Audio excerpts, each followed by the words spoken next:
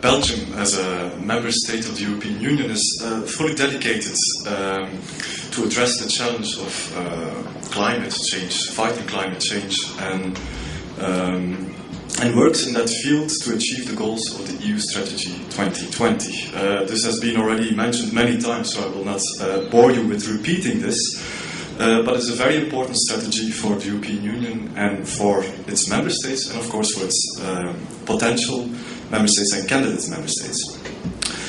In the context of its national reform program of the EU 2020 strategy, Belgium undertakes many reforms and implements many new measures to achieve those goals. Amongst them are the promotion of investments in renewable energy by providing, for instance, tax reductions for enterprises, but also for individuals. Further, the access to the electricity grid for renewable energy, but also the promotion of transport with renewable energy sources, which Liel mentioned before. But also provide a better administrative environment for renewable energy. And I can continue with many, many more measures.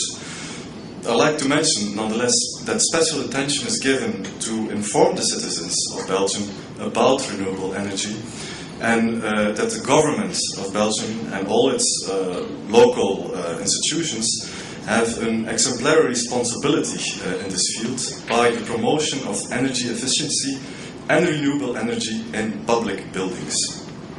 In short, Belgium has an experience in developing and implementing policy in the field of renewable energy, but it are not governments alone that are active in this field, of course. Numerous Belgian companies developed necessary technology in this field. Amongst those, some are willing to invest in Serbia and share their expertise for mutual benefit. And as we speak, some companies are already investing in Serbia, for instance in biomass and wind energy.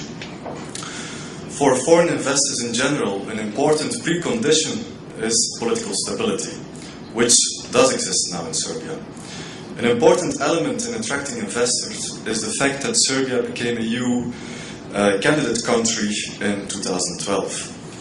It is clear that the Serbian government sees its future in the European Union, and it is making the necessary steps to continue on this path. On the renewable energy field, it is very much so in Serbia's interest to prepare a comprehensive renewable energy framework, which is already as much as possible in line with the EU 2020 strategy.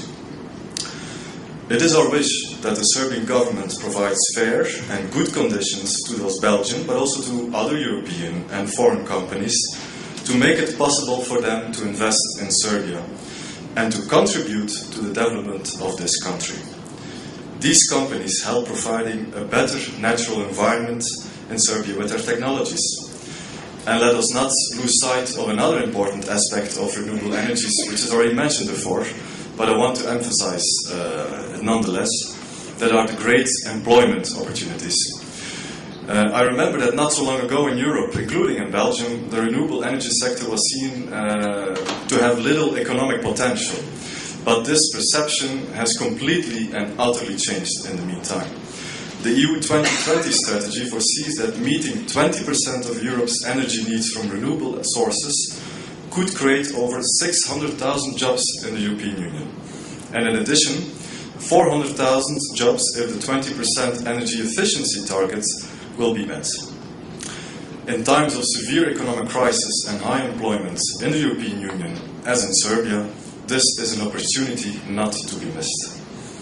Allow me to go deeper into one sector of renewable energy in Serbia, the one of wind energy, which has already been discussed. Serbia is a country with a huge potential in wind energy. The construction of wind farms of 500 megawatt capacity will considerably strengthen the country's energy sector and significantly reduce energy imports. Furthermore, wind farms will lead to increased level of greenfield investments in the country, which are estimated at 700 million euro in the next years. The sector will employ thousands of people locally and increase also the state revenues from taxes. For investors in the renewable energy sector, it is important to have clarity on a range of issues from early onwards in the investment process.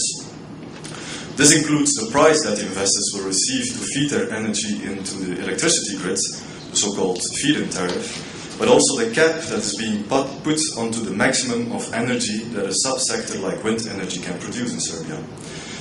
If a cap has to be defined for wind energy, then it is important that the capacity allocated is sufficiently high in order to avoid constraining the development of wind energy, but on the contrary, provides for the optimal use of the wind energy potential of Serbia.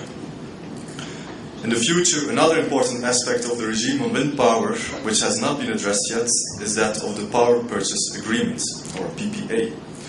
Specialized international institutions have the necessary expertise in this field. As they are ultimately also the lenders to projects of renewable energy, it is of great importance to take their advice into account. Let me conclude. Belgium is very satisfied with the welcome its companies have received and the openness they encountered in Serbia. We hope that this will continue in the future, and a constructive dialogue in the mutual benefit of the investors and of the civil society will continue to take place. Thank you for your attention.